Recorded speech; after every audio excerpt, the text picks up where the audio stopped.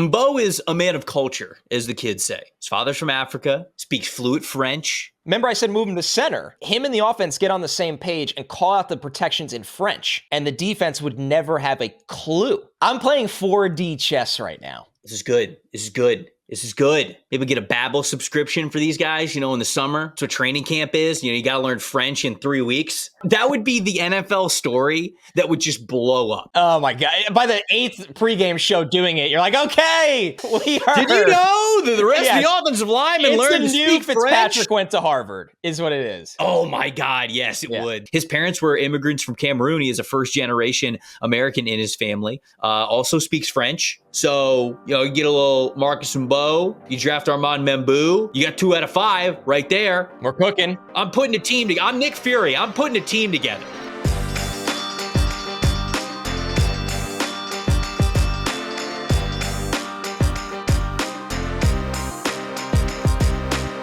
Welcome to the opening bell of the NFL Stock Exchange podcast. Trevor Sikkema, Connor Rogers here for you with another position ranking episode. Today, we're opening up the big beauties. We're talking about offensive tackles here. We're ranking our top 12 early offensive tackles for the 2025 NFL Draft. Connor, how we doing, my friend? This one's a grind, in a good way. But you and I were joking before we started recording. This was real D-Gen hours for us this week. Like, was it ever? Holy cow. Our homes started to look like Gollum's cave, like a real cellar. We were laughing to really pull back the curtain on this one, folks. O-line's a grind anyway, because the best way you could put it is once you have a feel for how a guy moves, how he looks, all those things, and we're lucky enough with PFF Ultimate, which is a beast, you can filter out what you want, but you can watch a lot of reps that not a lot is happening at times. Mm-hmm. You really have to do the deep dive here beyond like any limits. And we were laughing. Ironically, both of our lovely ladies were on business trips this week. So thank goodness for this episode. This episode might not have happened. Thank God it would not. You and I just home with our dogs. It's just disgusting the way we've been living. I mean, we basically wake up, watch tape when we're not doing our day jobs and other content, and eating like cavemen and watching chicken tape. And rice. Chicken and rice. And just until we fall asleep with rice hanging out of our mouths. I've never been healthier, actually. Right. There is a part of it that's really good, but the lack of sunlight is an issue. But we do this for you, and we are going to rank our top 12 offensive tackles today because of it. Yeah, we're going to have a lot of really good conversations, I think, within this group because, as we've gone through the mock draft exercises, in case you guys missed the mock draft in the beginning of the week, you can check that out. There are teams at the very top of the draft, like, for example, the New England Patriots, where desperately need offensive line, right? Yeah. Worst offensive line in the NFL this year. And yet we're sitting here having a debate. What position do you go with? Do you go with maybe one of these offensive linemen? Or even do you not pick an offensive lineman overall because we just think that there's better players on the board? You don't want to force a need. So we're really going to get into the details of what this offensive tackle class is all about, how high we think these guys should go, what position we ultimately feel like they're going to play at the NFL level. Because it's not like some of these guys at the top, these names that we've heard for the last couple of months, it's not that they're not good. It's just, do we think they're going to be tackles at the NFL level? And if they're not tackles, do you take them in the top 5? Do you take them in the top 8, top 10, whatever it is? So we're going to get into a ton of that. We'll rank our top 12 for what we have right now. There's a lot of other offensive tackles that I want to get to. And specifically with this group, I like to intro some of the guys that we know are going to be, potential, I'll just say top 150 type of players. But the All-Star weeks are really helpful for offensive line play.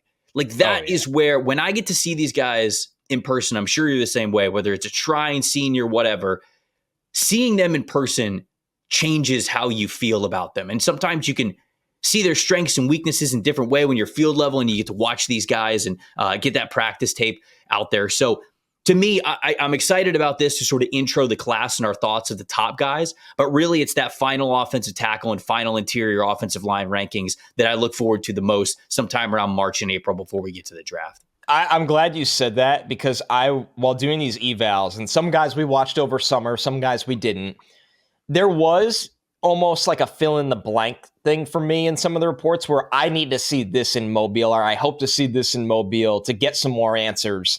And full transparency for today's show, like if you don't hear a name that, and I'm sure we'll caveat all this anyway, that you're like, wait, where's that guy? It probably means that we view him as interior O-line only, and this is the tackle show. Yeah. I'm also going to rank some guys, not during the final rankings that we do in a couple months. Then I will have it split up like I'm either ranking you as this or I'm ranking you as that, because when I post my rankings, I don't want doubles. But the early rankings, I will rank some guys today, how I would evaluate them as a tackle in this class, but I will also say that they'd be higher, potentially higher, in the guard rankings. So you might see a name where that guy might be the best offensive lineman in the entire draft in my eyes, but he might be the third, fourth, fifth tackle. So that's really important to remember how you project a guy's ceiling at guard versus how you see his ceiling at tackle. And we've seen this over the years. We've seen various players. It was a conversation around Rashawn Slater, although he's really settled in a tackle. Right. But you think of Peter Skoronski. You think of Elijah Vera Tucker. This happens every single year, and it's a good way to kind of round it out now, but it'll be finalized later. Yeah, like just off the top of my head, like Jonah Savanaia from Arizona, I don't have him in this episode. I'm watching him as an interior offensive lineman. Same for me, and that changed since summer. I thought I was kind of in the mold of let's see if he could stick at tackle. Now I'm just like, hey, I think he's best at guard. I'm going to evaluate him as a guard. Emory Jones from LSU, Same for me. Also think is a guard. Who else might be in that conversation that I'm not talking about today?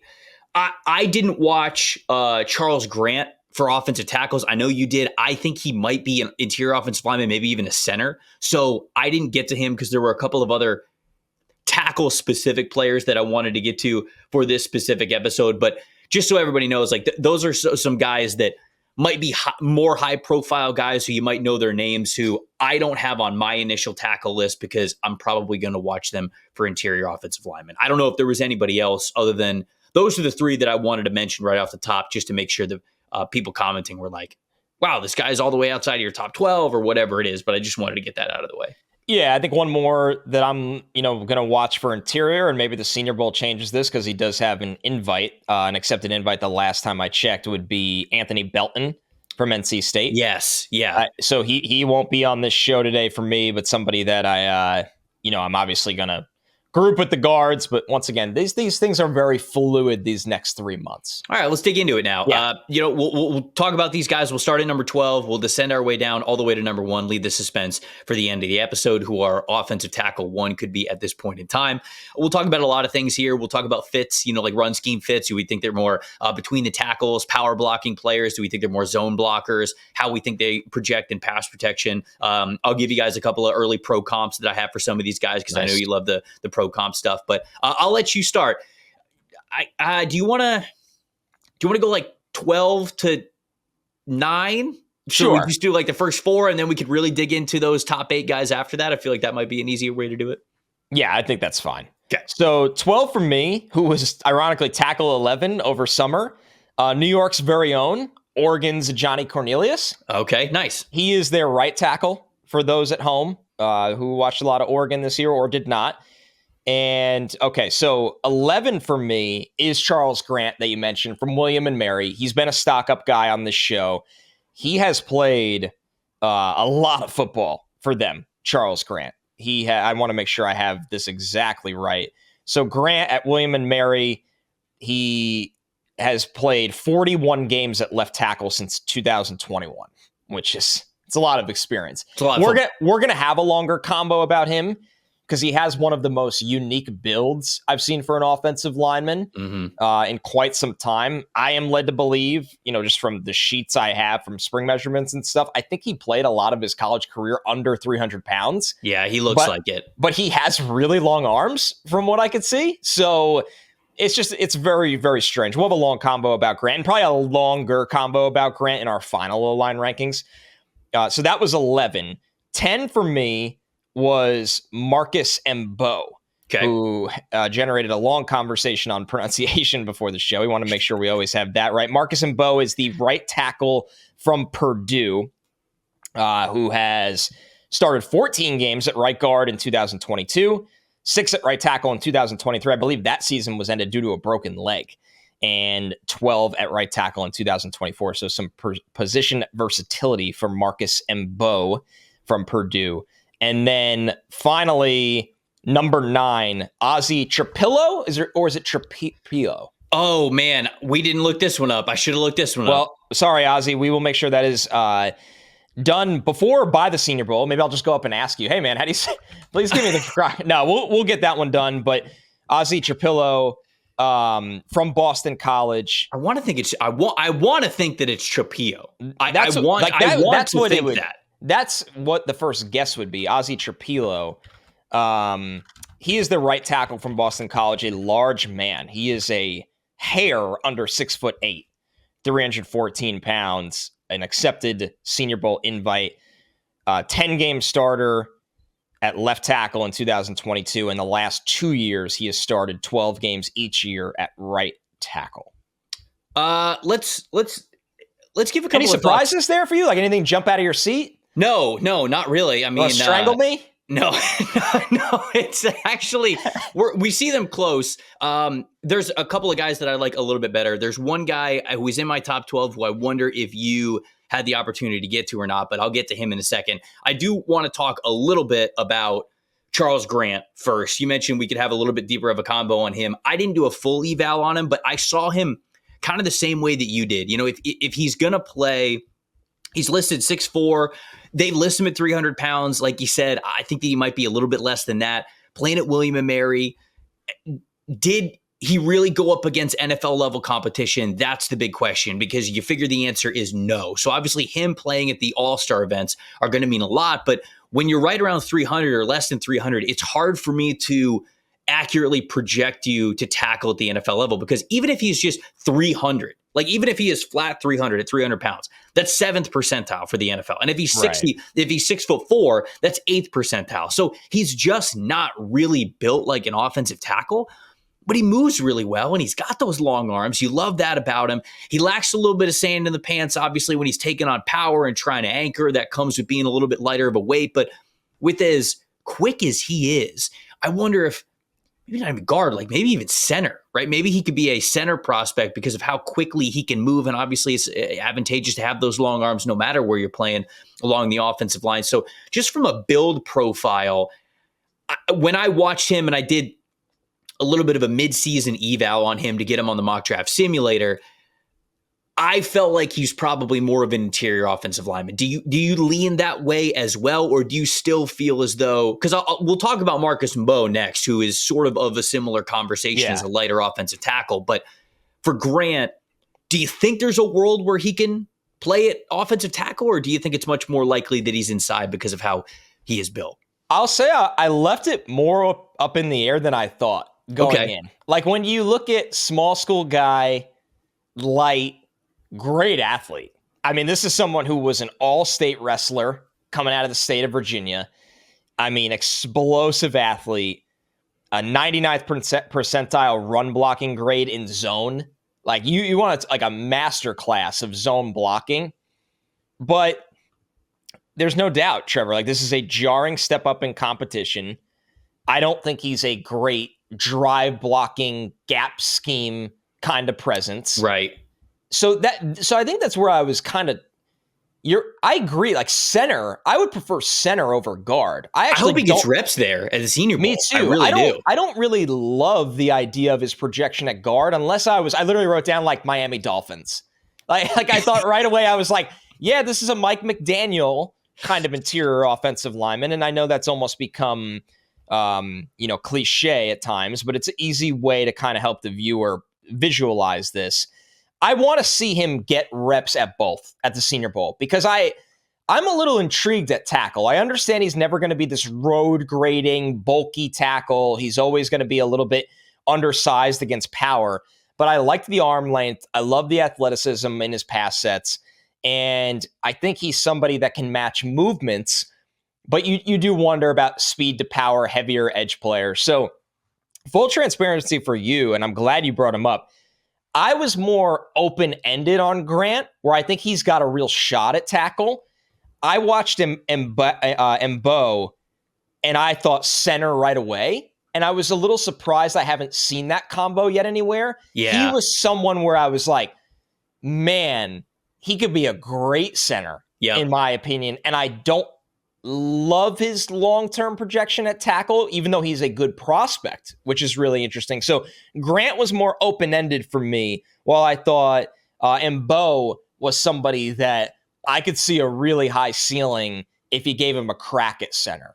Yeah, I definitely want to jump into Marcus Mbow from Purdue in a second, but that is also sort of how I felt about Charles Grant, and he's quick. He's got some good bend, some good flexibility to him. Yeah. So, when you're playing along the interior offensive line, like you got to have that good core strength. And if I remember correctly, I think he was an all-state wrestler in high school. Yeah, Yes, all-state wrestler out of Virginia. When he was in high school, he's a 0-star recruit coming out of Virginia. And so he went under the radar.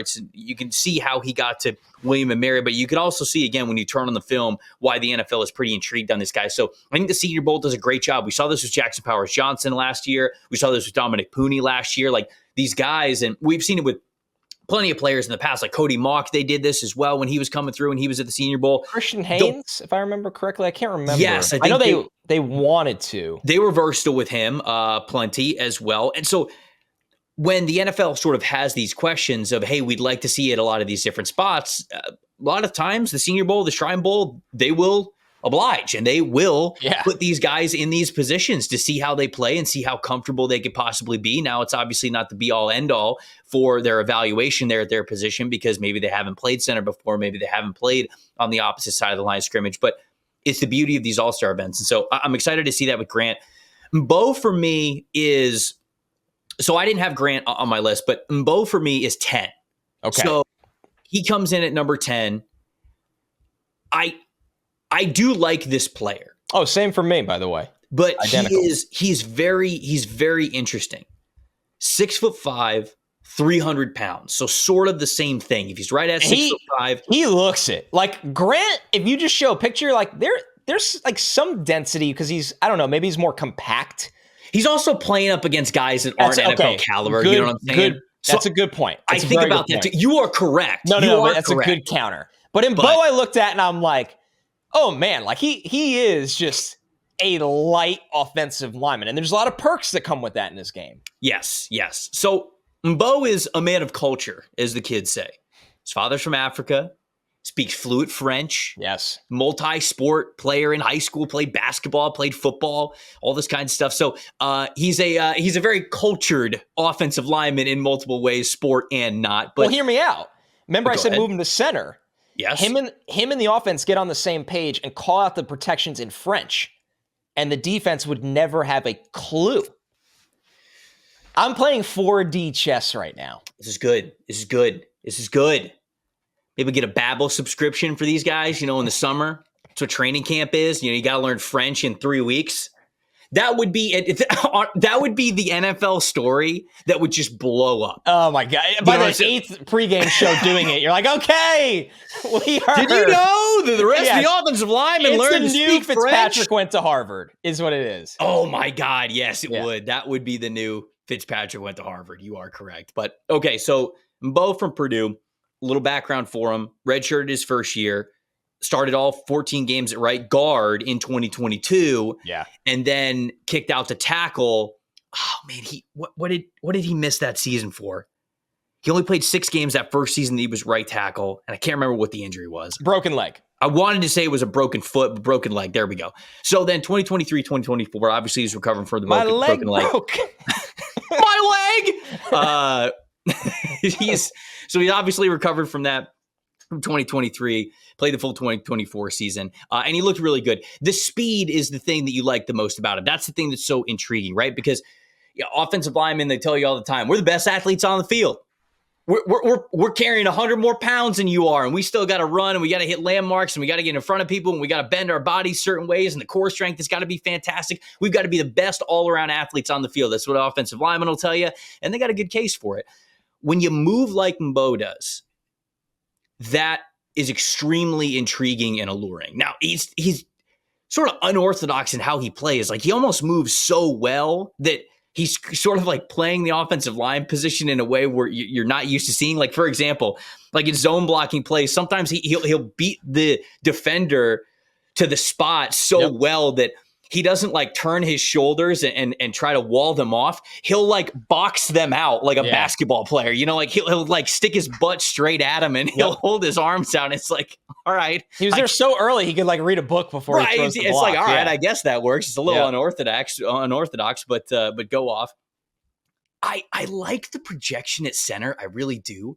The thing that worries me the most about him with the center projection, though, is that he's so upright in his pre-snap stance. And there's some other players that we'll talk about. Sometimes that's an offensive line coach taught thing. Like sometimes they just tell you, hey, you're moving a little bit better, or we want you to be able to hit certain depth or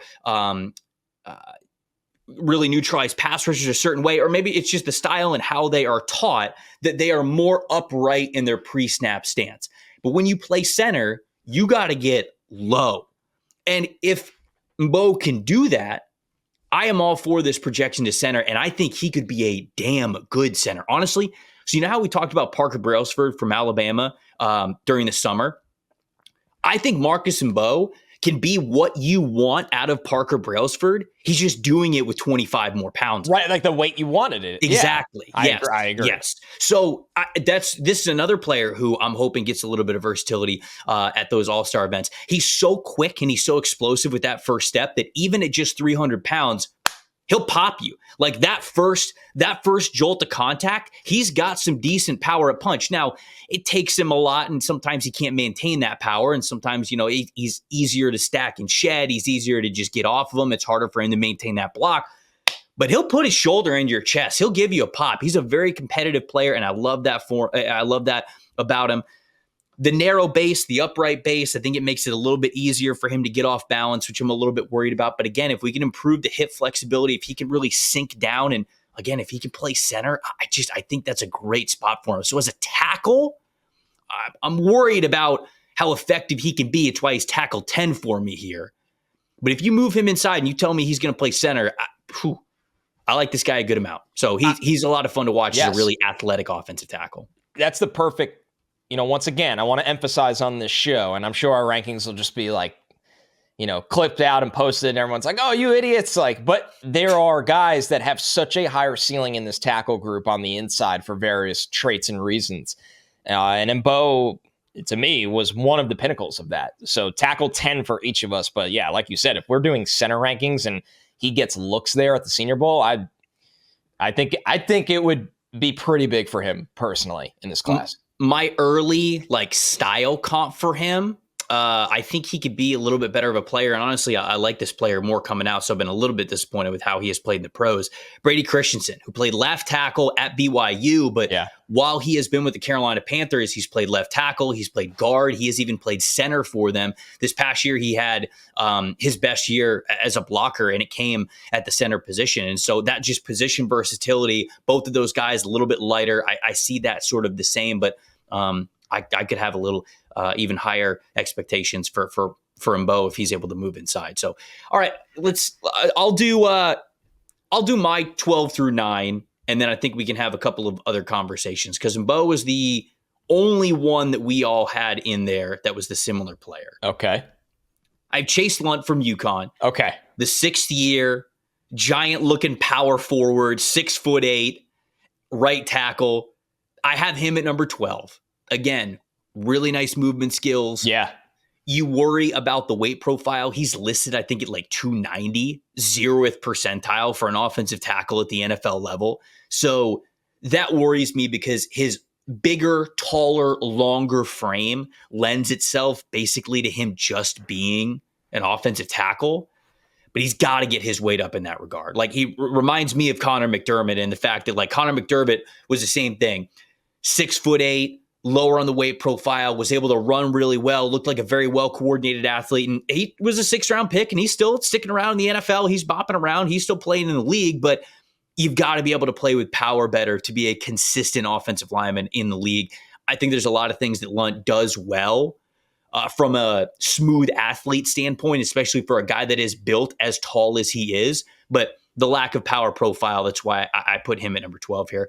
Number 11, I have Brandon Crenshaw-Dickson from Florida. Played at San Diego State for a handful of years. And he played this past year, I believe it was the last 2 years, or maybe it was just 2024. No, it's just 2024 at Florida. This is somebody who you talk about having a lot of experience. You mentioned this with, who'd you mention? With Charles Grant, who was the one who you said has played a ton of football. Yeah, he started 41 games at left tackle. Yes, it's the same thing for Crenshaw-Dickson. He's right around 40 games as a starter throughout his college career. He's played over 3,000 snaps between San Diego State and then playing at Florida. He was sort of in and out of the lineup early parts of the season with the Gators, but to me, this guy has played so much football and his game reflects it. I love that he is built appropriately for the offensive tackle position. He's 6'7", 315 pounds.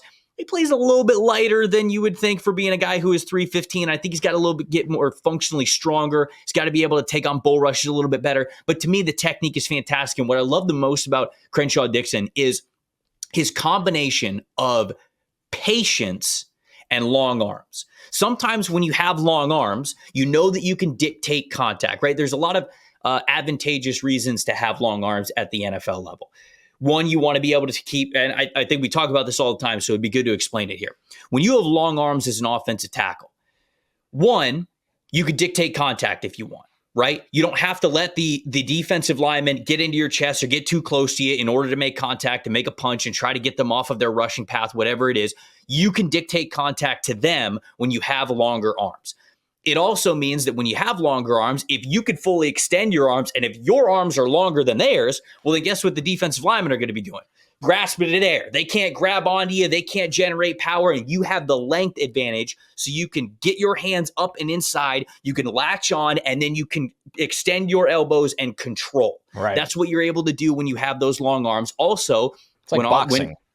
Right, exactly. When defensive linemen are coming straight at you, when they are using their hands to knock away your hands and everything like that, you can still get your hands up and around and still disrupt them when you have all of those longer arms. So it carries a multitude of advantages when you are an offensive tackle with long arms. That's why people talk about the threshold of, the 34-inch arms, or some teams have different sort of thresholds for arm length for offensive tackles. But ultimately, that's why, because pass rushers at the NFL level, they're quick, they're explosive, they're powerful, but they also have those long arms to give you a long arm move. And if they can stick their arm fully extended into your chest, and as an offensive tackle, if you can't grab onto them with power to counter it, you're just going to get knocked back on your heels. You're going to be way too easy to manipulate. And that's a disadvantage that you have when you don't have those long arms. So getting back to Crenshaw-Dickson for Florida,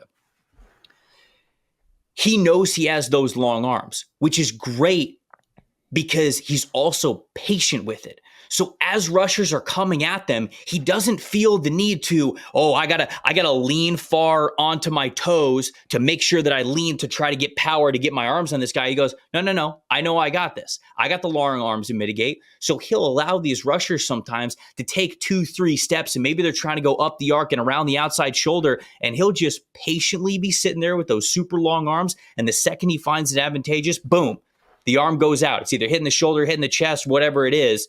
And he's knocking these guys off of their path. And I just love not just the fact that he has long arms, but how patient he is with those long arms. To me, that means a lot for an offensive tackle and somebody who plays in a really smart manner. I wish he was a little bit more powerful. I wish he had a little bit more nastiness when it came to gap and power scheme running, but moves pretty dang well for a player of his size. And I love the patience that he plays with. So Crenshaw-Dickson from Florida, I got him at 11. I already talked about Marcus Mbow, who I have at number 10. And then number 9, a player who I thought I was going to be higher on. I'm not going to lie. And after sort of a full eval of 4 separate games, and I'll watch more, obviously, as we go on throughout the offseason, but Aireontae Ersery from Minnesota. Okay. I thought I was going to be higher on him because I had a similar experience. Watched him over the summer and then watched him a little bit in the middle of the season, and I still liked him a good amount. I think it's just it's a separate conversation that we need to have there. So before we get to Ersery, is there anybody else that you wanted to hit on there with anybody in my 12 through 9? No. I watched Lunt, and I would have him right there at 13, 14 kind of range. I think we saw him very similar. I had Ajani Cornelius at 13. Okay, so we basically flipped those guys. Right. And then Crenshaw Dixon, I did not watch for this. I know he's on the Shrine roster.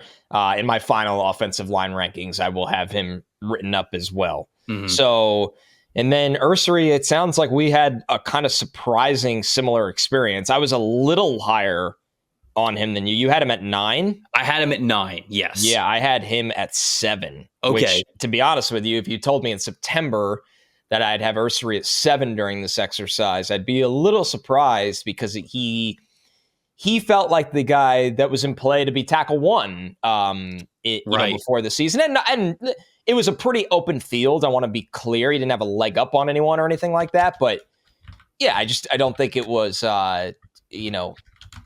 the season where he's kind of stamped his mark and solidified himself as a top tackle in this class. I mean, we could get into it now. Yeah. Let's get into him. He's 9 for me. He's 7 for you. Give me a little bit of an intro on him and just who he is as a prospect for the good people, and then we'll sort of talk about what might have been disappointing from what we saw from 2024 from Ersery. Yeah, so Ersery, number one, what stands out to you is just the sheer size. Like, we've done a lot of, this guy's size, outlier, this and that. Like, you don't even think twice about that with Ersery, who's 6'6", 330 pounds. I mean, he is a very, very large human, quite frankly. He is somebody that, looks the part, but also moves well at 6'6", 300 pounds. And I want to pull up his exact left tackle from Minnesota, of course. He started for them for 3 years, but what'll jump out to people is he's been with the program 5. It's kind of rare in this era. So he's been in PJ Fleck's Minnesota program for 5 years, starter for 3 years, and somebody who, has gotten better, in my opinion, over time. But it felt like after a pretty big 2023, although some pass blocking limitations, he has stalled out a little bit. He's somebody that does have the size to move people off the ball when they get they have Darius Taylor, so they can run a lot of different. He's an excellent young running back. He won't be in this draft class, but they can get the downhill game working with his power. They can kind of get the outside game working as well with the way they mix up their run schemes. But Ersery, to me, what kind of worried me a little bit, and this is something that I watched in 2023 and kind of wanted to carry into 2024, is for a guy his size, he does allow pads under him to knock him back that you wouldn't really expect. Like, this is a 330-pound guy. Now, he is 6'6". Right. When you are 6'6" and taller, you're already, like, there's just going to be these edge rushers that can naturally win the leverage game and get their hands under you. But I remember watching him against a couple edge rushers last year. Nick Scourton comes to mind because he was at Purdue. This was not Texas A&M Nick Scourton.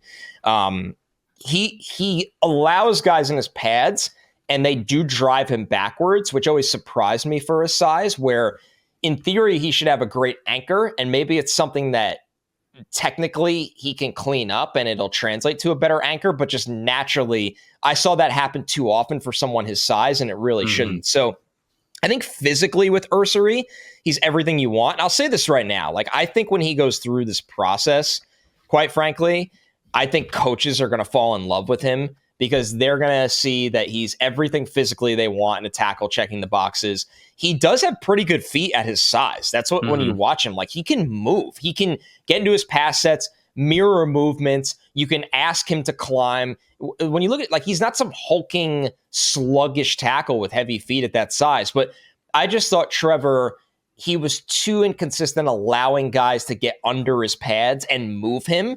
And when I see a tackle that size, that shouldn't happen as often as it did with Ersery. Yeah, it would be a lot easier to evaluate Aireontae Ersery if he was this just like hulking, lumbering, like giant offensive lineman. Because you could just go like, all right, well, you don't have great pad level, you don't have great flexibility, you're not a great mover. We can kind of move on here. You're just like when they had Falele. Yeah, and even like. Right. So it would have been similar to the Falele conversation, I think is a good point that you make. But Ersery's got decently light feet, and he's got a really explosive first step. I mean, this guy had an elite 90.2 run blocking grade in zone.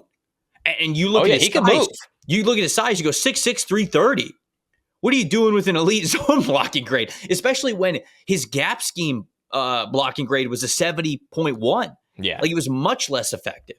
And you go, man, okay, now you got to really pay attention to the movement skills because the guy's a little bit more nimble. He's light on his feet. He's got that explosive first step. And I even think like the hands move pretty quickly for him. Like I think he's a pretty good athlete.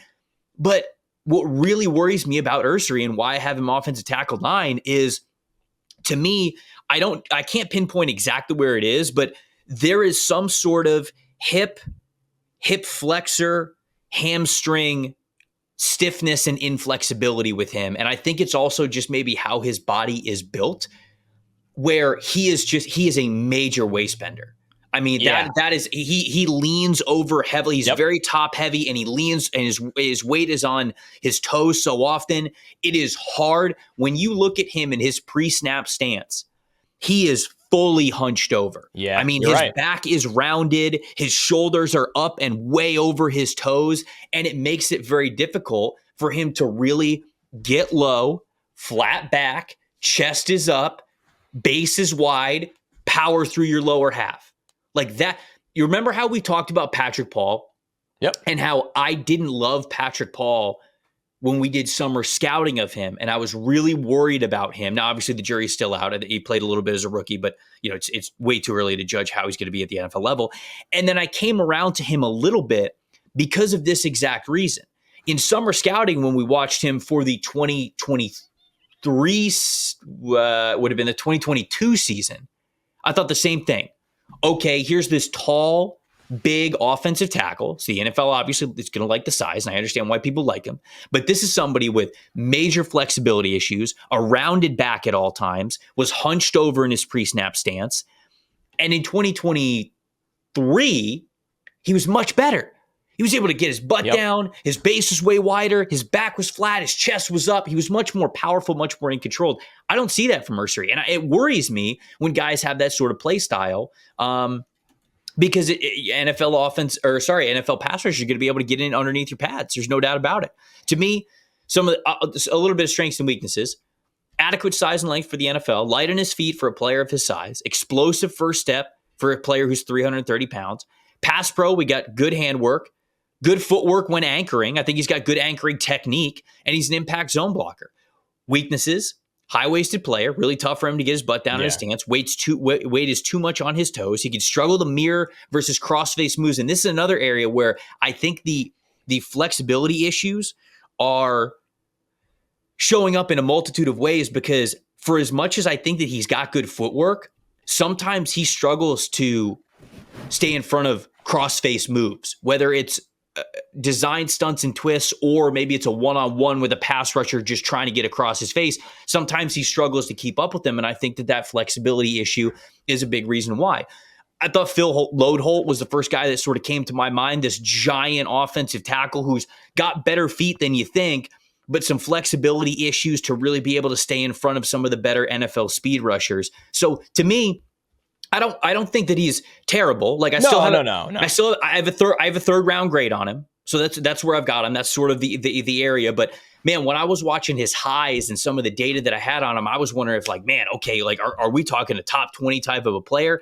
And I think maybe the NFL might draft him in the top 50 still just because of his size. But there are more concerns with Ersery than I thought there were going to be coming in as a player who previously I had seen as just, wow, a really big offensive lineman who actually is pretty explosive. The footwork is pretty good. The handwork is pretty good. But I am worried about the overall posture, the leverage issues, and the inflexibility that he has at his hips.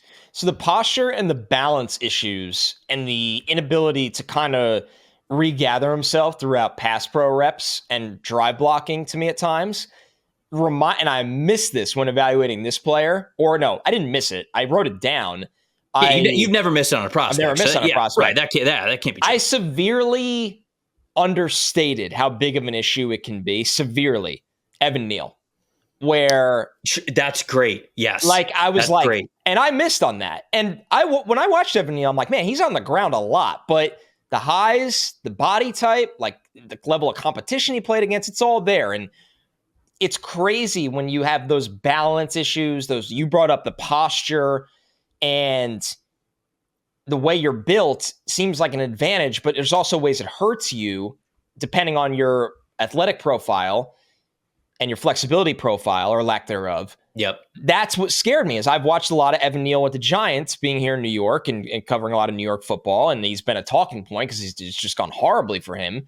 I saw they're not the same player, but that specific flaw was very apparent in Ersery. That gave me a little bit of tough flashback at times. Yep. So now I am fascinated by the concept of him. He's a little, you worry about that posture transitioning to guard, but the athleticism shown in the zone run game also would make him a weapon in some aspects on the inside.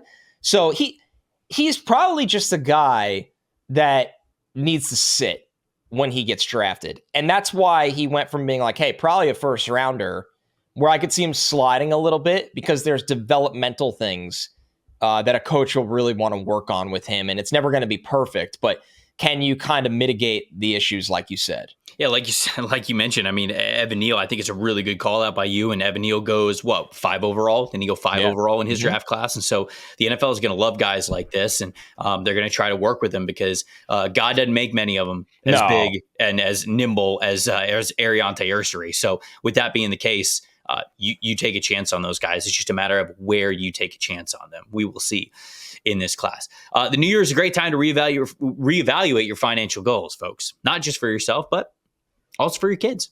Now is the perfect time to make sure your kids are on a path towards a solid financial future. A kids investment account from Fabric by Gerber Life is quick and simple to set up. Lets you invest in your kids' future for education, big milestones, and so much more. Fabric by Gerber Life. It was designed by parents for parents to make it easy to plan for and manage your family's financial path. With a kids investment account from Fabric, you can start investing in your child's future today. The whole thing is online. It's very easy to set up an account. You can take just 5 minutes, then you just manage your child's account right from your phone. Your kids can't invest while they're minors, but a kids investment account specifically allows you to invest on their behalf, giving their investments so much more time to grow. When they're a kid, you could use it for really anything. Music classes, after-school activities, tutors, whatever. And when they're young adults, maybe it's a first car, a first house, starting a business, whatever it is. Starts with just $20, no contribution limits, tax advantages. All your funds are SIPC insured up to $500,000. Join the thousands of parents who trust Fabric to protect their family. Start investing in your child's future today at meetfabric.com/stock exchange. That's meetfabric.com/stock exchange. MEET fabric.com/stock exchange. The portfolios are mentioned or managed by Fort Washington Investment Advisors Incorporated. Additional services provided by Apex Clearing Corporation. All investing is subject to risk. Learn more at meetfabric.com. Let's do Ozzy next. I feel like we gotta talk about Ozzy. Where do you have him? I have him at 8. So I think it's a good transition because you had him at 9. Yep. So I got him at 8. Ozzy Trapilo. I kind of want to just call him Crazy Train. You think he like that nickname? AKA Ozzy's Boneyard on Sirius XM. That's Oh man. He's at the Senior Bowl, right? Where is he? I think he's at the Senior Bowl. Yeah, he's at the Senior Bowl. I'm gonna ask him, be like, hey, do you ever listen to Ozzy's Boneyard on Sirius XM? Are you a Black Sabbath guy? Are you an OG Black Sabbath guy or Black Sabbath after Ozzy?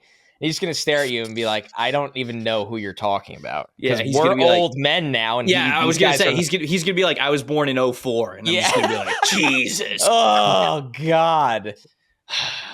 All right, so you don't know what OG Call of Duty was like on comms. No, he doesn't. No, he doesn't. Thankfully. Yes, blessed. Boston College redshirt senior. He's got the size that you want to play offensive tackle in the league. 6'7", and he looks a legit 6'7". I think some of these schools lie about their players' height, weight, whatever it is, especially when it's for advantageous reasons because you want him to be a little bit bigger. But Ozzy really does look like he is 6'7", 310, 315 pounds. He's versatile. He's played both right and left tackle throughout his college career. Redshirted in 2020 after being a 4-star recruit, but then basically after that, 2021, he started 2 games. 2022, full-time starter at left tackle. 2023, full-time starter at right tackle. And then 2024, stayed at right tackle as well. So he has found a home there. His father, Steve, was an All-American offensive lineman at Boston College. So you love the lineage. Also played in the NFL a little bit later. So he's got those NFL bloodlines there to him. He, to me, Connor, is somebody who I don't know why we're not talking about him more. Now, not to say that he should be like a top 20 pick, but I think this dude's just solid. Like he's a day 2 guy for sure. I look in my at him eyes. and I go, you are an NFL offensive lineman. He reminded me of Walker Little a little bit. He really did. He's just got that frame, that build, that floor. Now, Walker Little, when he was at Stanford, we talked about Walker Little as like being the next greatest left tackle of all time. And obviously he wasn't that, but he's solid. He's been a good player for the Jags. Jags felt paid. Confident enough to give him a good-sized extension. So to me, he's very similar in that regard to that type of a player. And he's got pretty good pass blocking grades. At PFF, our pass blocking grade is, we think, pretty translatable from college to the NFL. But when you just do true pass sets, so you're taking out the RPOs, you're taking out play action, you're taking out screens, getting the ball out very quickly, things like that, where the quarterback is genuinely dropping back, scanning the field. It's a true pass set where you actually have to stay in front of a pass rusher for a longer period of time. 79.7 pass blocking grade there, so that's a solid number. Run blocking, he could be a little bit more impactful, which is sort of, something that I wish he was a better run blocker. I really do, because I think there's a lot of things that he brings to the table. I got a long list of strengths for this dude. I really do. Ideal height and length for offensive tackle in the pros. Bingo. Yep. Strong initial first step to get his body going exactly where he needs to go, whether it's for pulling, whether it's combo blocks, whether it's mid or outside zone. Eyes are always searching for blocking no matter what. I think that comes from obviously the NFL bloodlines from him. Patience in pass pro, which I like. He's not just like overly aggressive to make contact. He's waiting for offensive tackles for the right time to strike. I have this. He's light on the scale. He doesn't play light on the field. Like even if he's just 310. 310 is 38th percentile for offensive tackles in the NFL. So below 50th percentile. But he didn't play like he's a really light dude. I wish he moved. I wish he was a little bit more of an impact guy in the run blocking game, but it's not like he plays super light. It's not like I think the strength is a big deficiency. I think he's got great leg drive when he is issuing those combo blocks. He's consistently getting the most out of those 6'7" long arms, which I love. And then when it comes to some weaknesses, and he plays with his head down a little too much. There are too many times where I think he's dipping his head. You got to stay up. You got to see what you're hitting, see what you're making contact with. I think he's got a little bit of natural imbalance to him. Not that I think he's super clumsy and he's playing on the floor all the time, but he's not like that elite. You look at some of those guys with the elite wrestling background, that crazy core strength from the wrestling days, how they're able to stay up and locked on all kinds of crazy situations while their body's contorting. Trapilo's just not that type of a dude, but it's not like it's a major issue to him. And then the last one is just he's a little bit slow to turn the hips when he's facing those cross-face moves. So ultimately, I got him at tackle 8 here. He's a really solid football player, ton of experience, good program, NFL bloodlines to him, adequate size, does a lot of things well. So high floor dude. I like Trapilo a good amount. I was just blown away by the pass pro, like how consistent he's been the last 2 years watching him. And the only 2 sacks that he's given up over the last 2 years, it was either an overload pressure on his side or a stunt. It wasn't like somebody just manhandled him and to the quarterback. Mm-hmm. So he's got power. You're right. For the weight, he must have, I'm guessing he has big hands, because when he lands on people, it's a strike. When he lands on people and his leverage is correct, keep in mind how tall this guy is. He dumps defenders. It's not like they just, you know what I mean? Like they go to the ground. It's a really good point with hand size, because I think a lot of times we just think about hand size with wide receivers, tight ends, or quarterbacks. No, for O-line, O-line, when you got massive hands, you're right. Sometimes you get a little bit of leeway even in your striking because your hands are just so big, they can make a big impact there. So I think it's a really good call out by you. Now, on the flip side, I thought the hands were a little wild in the run game. Like there's times, and you said the ducking the head aspect. Mm-hmm. Like there's times where this dude's just throwing. And it's like, I get it, because you could dump defenders, but sometimes he's throwing. Strike big, sometimes miss big, or I didn't love him in outside zone. Although I guess I was impressed still how he moves at this size. I think he's quick out of the gate. At like 6'7", we'll call it 310, 315, whatever you want to call it. He gets off the ball, and it's not like a laboring get off the ball. It's a pretty efficient, smooth, the steps are right, getting off the ball. But you nailed it where he doesn't sustain blocks when on the move. It's kind of like a dart and lunge at people sometimes, and sometimes that works, and sometimes guys are able to kind of counter off of it and make a tackle. And then once in a while, and this probably goes back to once again, you saying the head ducking, sometimes he throws his punch, but his base isn't set under him. Like he's kind of like hopping a little bit almost. He's playing light on his base, and he throws a punch. And if a guy has power or counter strikes the right way, he'll get moved because his base isn't set locked underneath him. So, and I do think I brought up the second, like he's still learning how to process stunts and react to stunts and not be like, this guy's there. Like, what do I do? But let me tell you right now, this is some of the cleaner film in the class over the last year, which is just, you nailed it. Like not getting enough love. You had him at 8, you said, and I had him at 9. And I wouldn't be shocked if after the Senior Bowl, people just get to see him and we start to filter out guys that are I have ahead of him, but might have higher ceilings at guard. Yep. This guy will be a riser in this group just because of he looks the part and plays the part. And I feel pretty confident with him protecting my quarterback at right tackle. And I can't just say that about a lot of prospects in this class. And the play experience helps out a lot. You nailed it, Trevor. Like the 10 games at left tackle and then the 24 games at right tackle. He's played a lot of football. Right. And he's played a lot of high-level pass-protecting football. So, and obviously they've had pass rushers through there as well that he's practiced against. So, crazy train, the arrow's pointing up. I love it. I love that nickname. I really do. We gotta keep that one going throughout. But I agree with you, man. I think he's very solid. There's a lot of guys that you mentioned that we're going to talk about in a little bit here on this list that I think are probably more guards. Ozzy's a tackle.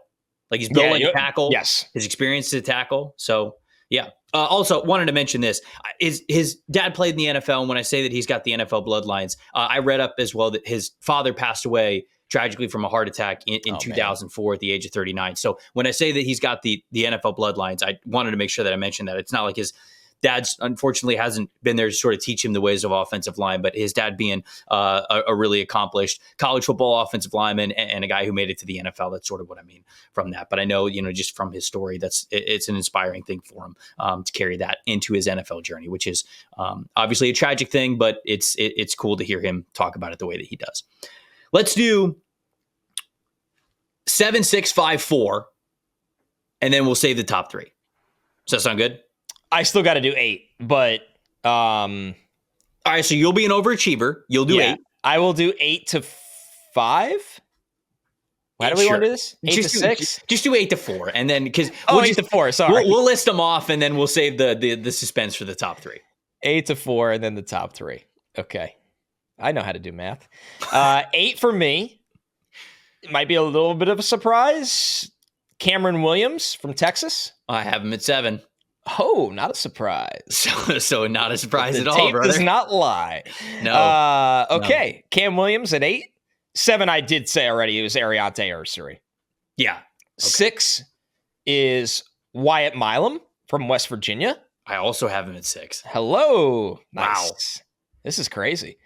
And then 5 for me is LSU's Will Campbell, which everyone don't freak out. Let me tell you this. I think Will Campbell is the best offensive lineman in the draft.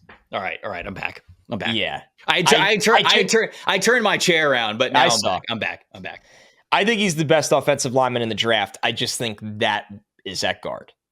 But if he had to play tackle, he is still a top 5 tackle in this draft. I think he will have a very similar draft road as Peter Skoronski, personally. And then 4 for me is Ohio State's Josh Simmons, who obviously lost a lot of this season. We talked about this recently. It was game 6 that he had a knee injury. But I see a lot of potential for Josh Simmons in the tape we do have. We were about to fist fight. I mean, it was about to get real ugly with the Will Campbell at 5 slander. But you redeemed yourself, and I am excited to have the Will Campbell conversation because I do agree with you in a lot of ways. I think I might be a little bit high. Well, I am higher on him at offensive tackle, but we will talk about that in a second. So I have Cam Williams at 7, from Texas. I think we'll talk about him first. I got Wyatt and Milum at 6 as well from West Virginia. I have Josh Conerly from Oregon at number 5. And then I have Armand Membou from Missouri at number 4. So that rounds out. Our rankings are very different at the top. Yeah, I think that they are. I think it's some similar names, but we do see them a little bit differently. I think that just comes down to the faith that we might have for them at tackle versus where we might like them at other positions. So let's talk about Cam Williams from Texas. I have him at 7. You have him at 8. At one point, this guy was talked about as potentially maybe even being tackle 1 in this class. He's a true junior at Texas, 6'5", 335 pounds.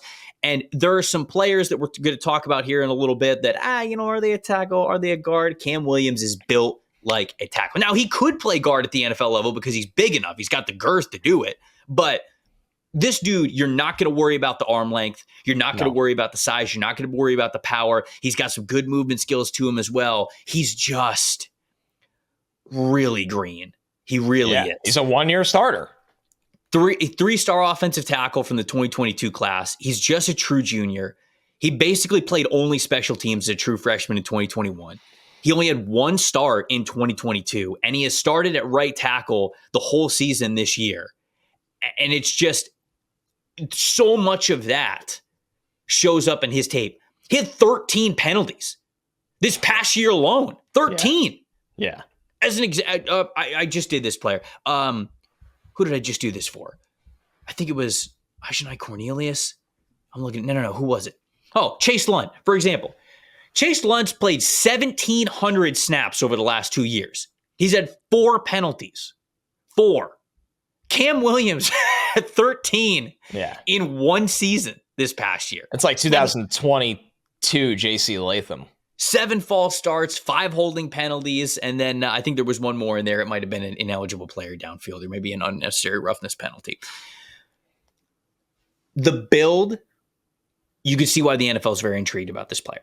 Strengths, excellent size for an offensive tackle, ideal arm length that looks even longer than the 6'5" frame that he is listed at. The first step, explosiveness, is noteworthy. It really is. Strong grip. When he gets his hands inside, strong grip that is tough to break there. He's got a developing, he is developing his eyes for sort of where pressure is coming from. I feel like he was able to get a little bit better about that as the season went on.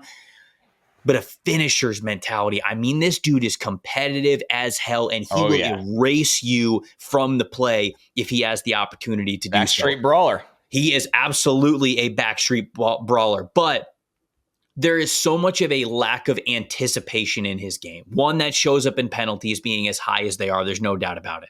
But the punch timing, the hand placement, knowing when he needs to engage in order to keep defenders at bay, being able to understand like, okay, like this rusher's coming from this angle. I need to be at this spot in order for me to maintain this block a little bit longer, or just maintaining blocks a little bit longer overall. There's just such a lack of anticipation from him. I wouldn't say that he's guessing, but it's almost like it's worse than that right now because he's playing confidently, not second guessing himself, but he's not always in the position that he needs to be in. So all of this is very fixable. Even like the footwork can sometimes be stumbling. All of this stuff is completely fixable with him. But they're also not 100% guarantee that it will get better. You could say to yourself, he's one of the younger prospects in the class. He's only a true junior. He's young. He's only a 1-year starter. You could tell yourself all that to sleep at night, and that's fine. Like I'm not even like blaming you for it. But he is not a player that you could draft and throw out year 1 in the NFL. You'd be insane. And if he is, you might get your quarterback killed. So he might end up being a first-round pick when it's all said and done, just because of the ceiling that he presents. But I pray that doesn't mean we're going to draft him and then start him right away immediately, because it's just you're going to have to go through your lumps there in that regard. Yeah, we saw it the same way. I had real concerns about the foot speed. Mm-hmm. Like real concerns about his feet can look heavy at times. Yeah. And what I found interesting, when you go to a school page and you go to historical, you could look at obviously their previous heights and weights. Mm-hmm. Trevor, he was 369 pounds last year. Yep. I mean, that's obviously credit to Cam Williams for getting down to 335-ish this year, but he plays heavy. And it's probably why, or part of the reason why, that, they've taken it a little slower with him and getting that conditioning, getting that weight down. But when you watch him in pass pro and anybody has him on an island, the foot speed and balance allow edge rushers to kind of have the two-way go, where I can cross his face on the inside when he starts to open up with more space. But if he doesn't set wide, I can get the outside runway because I don't think he has the foot speed to run me out. So, and this isn't like saying Cam Williams is getting beat over and over again, but when he does get beat, and you brought up the penalties, you said he's very, very green. He's still learning how pass rushers are going to attack him. And he doesn't have the lower body athleticism to just out-athlete it sometimes. Like, there are guys that can just play backyard style to mirror guys. They don't always need perfect technique. I think he really needs to clean up his technique because he can't mirror rushers the way I would like him to. His feet are too heavy to do so. They're too heavy to do so. And once again, there are a lot of big positives with Cam Williams. You nailed it. Like, the brawler mentality this guy has through the whistle, you can't teach that.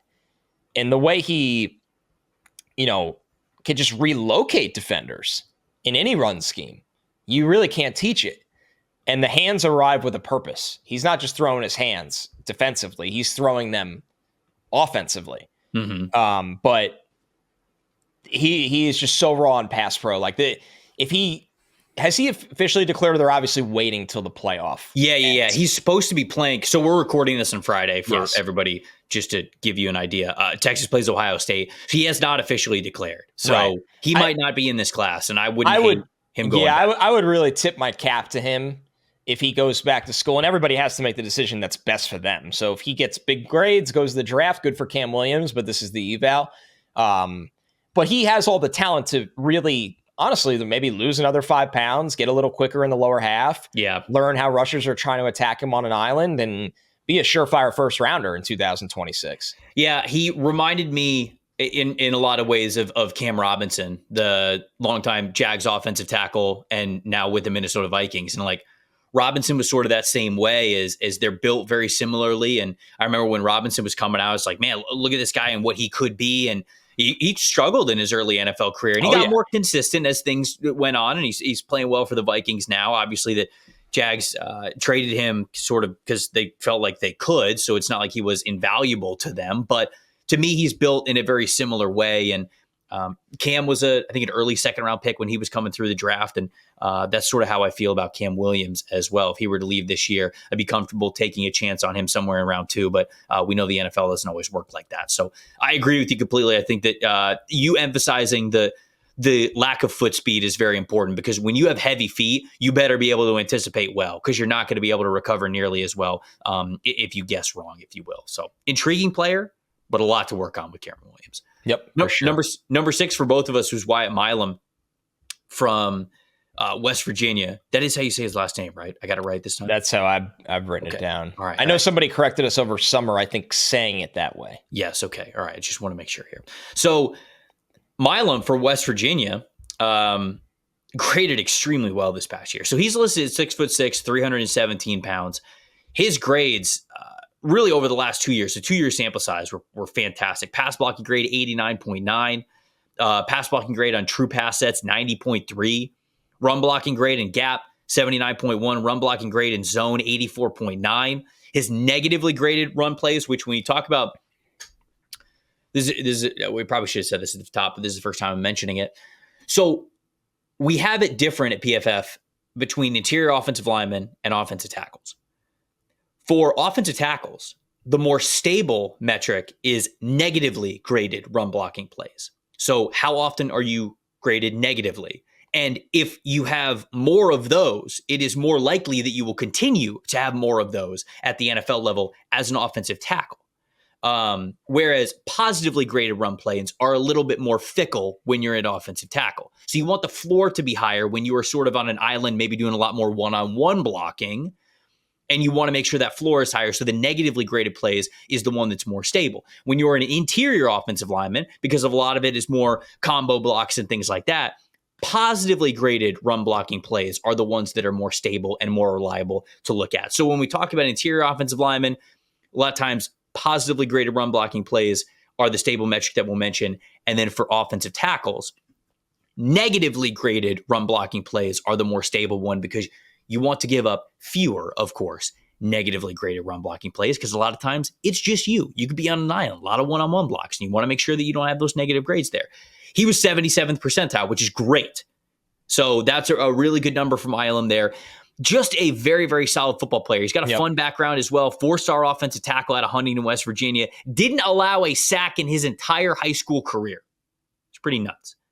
He was also a pitcher in high school who at one point verbally committed to Marshall to be a pitcher. Wow. Which is pretty cool. I read that he could, get in the 80 mile per hour range. So he was throwing some gas, which you love to see.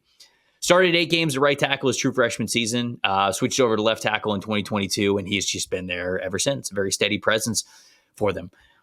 I wondered, because of how steady Wyatt Milum was, if I was going to have him in competition for, one of my top 3 offensive tackles, if I was going to think that this guy could potentially be the best tackle in this class. And there is a lot of things to like, especially at his size with his length. Good balance when he's taking on contact, really strong grip strength. Love that about him. When he gets his hands on you, they are vice grips, which I think is a great quality to have and something I typically gravitate towards when I'm talking about offensive linemen latching on and maintaining block. There's a lot of offensive linemen that'll just try to push you.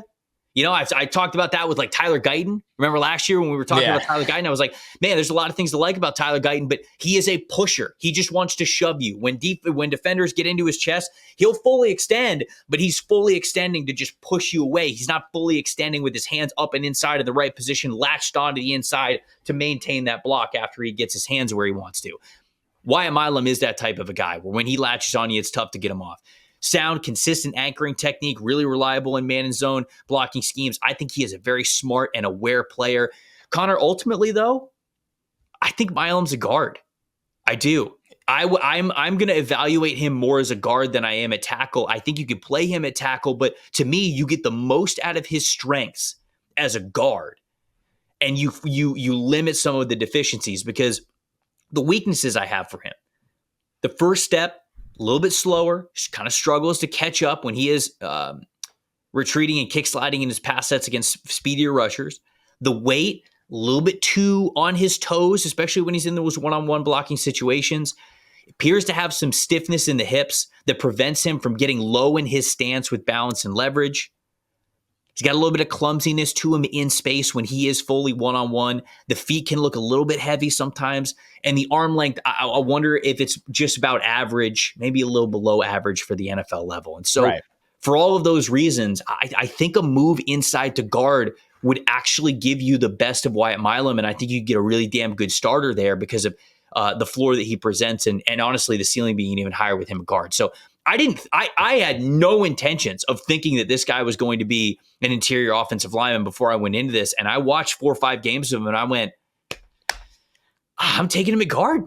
I would love for him to play guard. He reminded me of Will Fries. And Will Fries sort of struggled that first year that he was in the NFL. But this past year before he got hurt, bigger, taller. Sometimes it's tougher for him to get lower. But man, a guy who you love that grip strength. You love that finishing mentality. You love that leg drive. That's what Will Fries showed us earlier this year for the Indianapolis Colts. And I feel like Milum could be that similar type of player. So that last part's my biggest question with him at guard. His pad level is just naturally high. It is. And to be fair, it hurt him at times at tackle, not often because the guy doesn't really get beat often. I thought Adiza Isaac in 2023 had some good reps against him because of that. But, you just wonder, does he have the length and flexibility to stay at tackle? But the tape for this guy is tremendous. Smooth. I mean, for the fact that, you start at right tackle as a freshman and then you play left tackle the last 3 years. This guy has played a ton of football. And this year he played at his highest level yet. You said a lot of this, but just the way he can get his hands under the pads of rushers, stalls the momentum. He's accurate with the way he throws his hands. The way it stalls the bull rush to me really, really stood out. I think with his positioning, he's just a tough human to get around. He is. He's very hard to get around. I saw some burst in the run game, not just outside zone, but when they ask him to climb, he could finish his blocks against linebackers. He understands, even though he's not very flexible and plays high, how to angle his body at times in the run game to kind of make sure he gets in the way. When West Virginia, this was just a filter that I ran because it stood out to me on just watching throughout games. When they ran counter, this guy was an animal, like an absolute animal. He was just phenomenal. So I like Milum a lot. Obviously, you do too. I would definitely call it an unfinished eval in terms of where his home is. I think he's got a real shot at tackle. I do. A better shot at tackle than I even expected, considering that you brought up like the length might not be, a typical NFL threshold. We'll see. Mm-hmm. But a guy that is, circled with a red pen for me at the Senior Bowl to see if he gets reps at both. Man, I just loved him behind power blocking concepts as well. Oh and when he's able to get on the move, it felt like he was a force. And again, I think of some of these real power offensive lines at the NFL level and being able to plug him in at guard and allowing him to be a combo blocker and somebody who can just, even on like zone blocking plays, just get you latched on and just take dudes for a ride. Like again, Chargers, Rams, like Colts, obviously, yep. Is a team where I just think that there's a lot. I mean, imagine him on the Ravens. The Ravens need help on the interior offensive line, and they run a lot of different concepts. We'll see if Monken gets a job, and that changes. Right. Yeah, Milum's just a good player in this draft, man. Like, it feels like somebody's going to take him back half of round 2, and he honestly will be starting as a rookie, and everyone's like, wow, well, Wyatt Milum's really good. Like, why did no one talk about him as a top 40-ish guy? And he just continues on and on. All right, we're going to talk about Josh Conerly next because I know he's your boy, and I've got him ranked at number 5, so he's next on the list. But before we get to him, have you guys played Pick 6 by DraftKings yet? If not, what are you waiting for? You better get on it. The playoffs are here. You're running out of time. The official daily fantasy sports partner of the NFL, DraftKings, does fantasy sports like no one else. Play for better payouts on Pick 6. It's super easy to get started. You select 2 or more players. Just say if they will have more or less of a single stat, like a touchdown, yardage, sacks, whatever it is. Pick 6 is available in most states, including Missouri, California, Texas, and Georgia. And it's even sweeter for first-time users. New Pick 6 customers play just $5 on play $5 and you get 50 in Pick 6 credits. We were just talking about the Ravens as an example. If you think the Ravens are going to run all over the Pittsburgh Steelers this weekend, check out what the rushing totals are for Lamar Jackson, for Derrick Henry. If you think it's the other way around, if you think the Steelers are going to have their number, you can bet less on those numbers. So check it out. Win more cash on Pick 6. Download the DraftKings Pick 6 app now. Use promo code PFF. Promo code PFF. For new customers, play just $5 and get 50 in Pick 6 credits. Only on DraftKings Pick 6. The crown is yours. If you got a gambling problem, call 1-800-GAMBLER. Help is available for problems with gambling. Call 888-789-7777 or visit ccpg.org in Connecticut. Must be 18 plus. Age and eligibility restrictions vary by jurisdiction. Pick 6 is not available everywhere, including New York and Ontario. Void where prohibited, 1 per new customer. Bonus is awarded as non-withdrawable Pick 6 credits that expire within 30 days. Limited time offer. See terms at pick6.draftkings.com/promos. Josh Conerly from Oregon. I didn't love him going into the season. He's been better, I shall admit. I've got him at number 5. Where do you I love the reluctance in your voice. I'm tackle 2. Okay, all right. So you got him at tackle 2. I got him at number 5. With you having him a little bit higher, I'll let you intro him. So Conerly, younger player in this class. You're seeing a lot of guys like we talked about with Crazy Train and Chase Lunt and all these guys. Like they've been playing. Ersery's been at Minnesota for 5 years. Conerly just turned 21 years old. So a bit of a younger offensive tackle. He started as a true sophomore at left tackle for Oregon in 2023. And obviously, so that was 14 games. And then he started 14 games in 2025 as a true junior for Oregon. This is a former top 40 recruit, 5-star recruit, insanely athletic for this position. He's 6'4", 315 pounds. The movement skills are absolutely phenomenal. I mean, this is somebody who is just athletic, explosive. I said this over summer, and it really jumped out to me even more. He dictates reps as well as any tackle in this draft, where he's just off the snap, and it's like, okay, I'm ready. Like, what are you going to do now? And that's an advantage that, not to keep bringing this up, but Cam Williams, when you have heavier feet, sometimes you're reacting and you're falling behind throughout the rep. With Conerly so often, if guys want to say, I'm a good athlete as a defensive end, what are you going to do about it? He has the answers almost every time. So that was so important to me with the light feet, the lateral agility to mirror is just A+. He's got good hands that can kind of transition throughout the rep. Like, he knows how to move his hands around throughout the rep.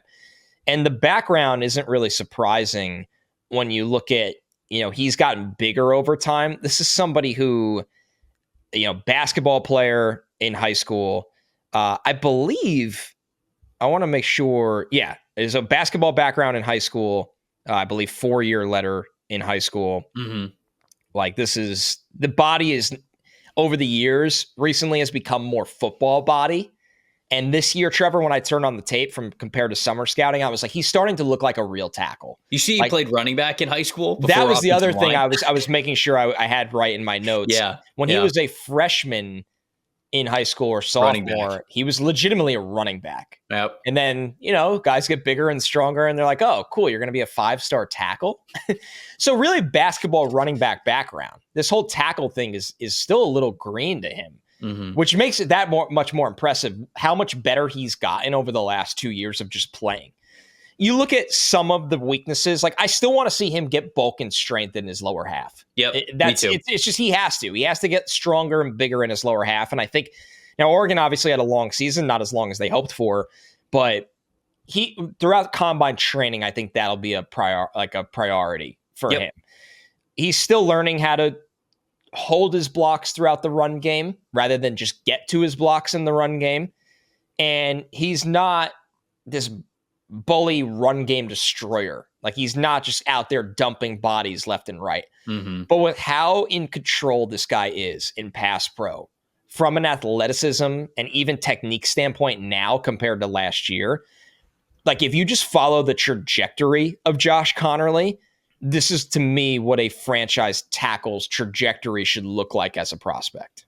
I think it's totally fair. I agree with you. I think that he still could play a little bit stronger. He can maintain his blocks. Olu went through this exact combo. Yeah, I mean, he could play a little bit. I mean, he reminded me a little bit of Broderick Jones, just where like the movement skills, he's got the size, he's got the movement skills, he's got the footwork, he's got all this stuff. But Broderick, to me, has sort of struggled to put it all together because he's just really adapting to NFL strength right now. His hands too are really messy. Where Conerly, I thought the hands got a lot better and controlled this year. I think they got better. There's no doubt about it. I still think he needs more consistency with his hands. There are times when he's, shooting wide and he's trying to get, he's trying to dictate contact and the hands are just going kind of all over the place a little bit. So that to me is why I felt like the early comp of Broderick Jones made a lot of sense, because there's a lot that you love. He just got a little bit stronger. You got to get a little bit stronger. But the reason why I was worried about him last year, because I just didn't think he played with nearly as much strength. I mean, I was really worried about the strength. I'm not worried about it now. He's a lot lighter, I thought. And I think that you bring up a really good point. This is where he should be, right? When guys are visibly showing you they're getting better, you don't have to believe that they've hit their ceiling. Now, I have my film evaluation because it's harder to get to the NFL level and then really learn and get more consistent and better. So I'm always a little bit reserved about that. But he at least, gives you the faith that he is going in the right direction there with him. So you still have those inconsistencies. I'd like him to maintain the blocks a little bit more when he gets there, but he plays with his hair on fire. The thing that I love the most about Conerly, though, dude's competitive as hell. I mean, he is playing through the whistle every single rep. He's not afraid of any challenger assignment. He's got that finisher's mentality to him. He wants to play ball, man. You could tell that he really loves it. And competitive toughness, that is a category that I am noting of all of these players, because when you play in the trenches, it is absolutely paramount that you have that kind of competitive toughness. And I feel like Conerly does. So the improvement that I felt like he made from last year to this year, and then just seeing the passion that this guy plays with, it's hard not to bet on him. So a little bit inconsistent, needs to get a little bit stronger, but I do like him. I got him at number 5. Let's go to Armand Membou next from Missouri. Somebody who, man, I did not have on my radar at all going into the season. Same.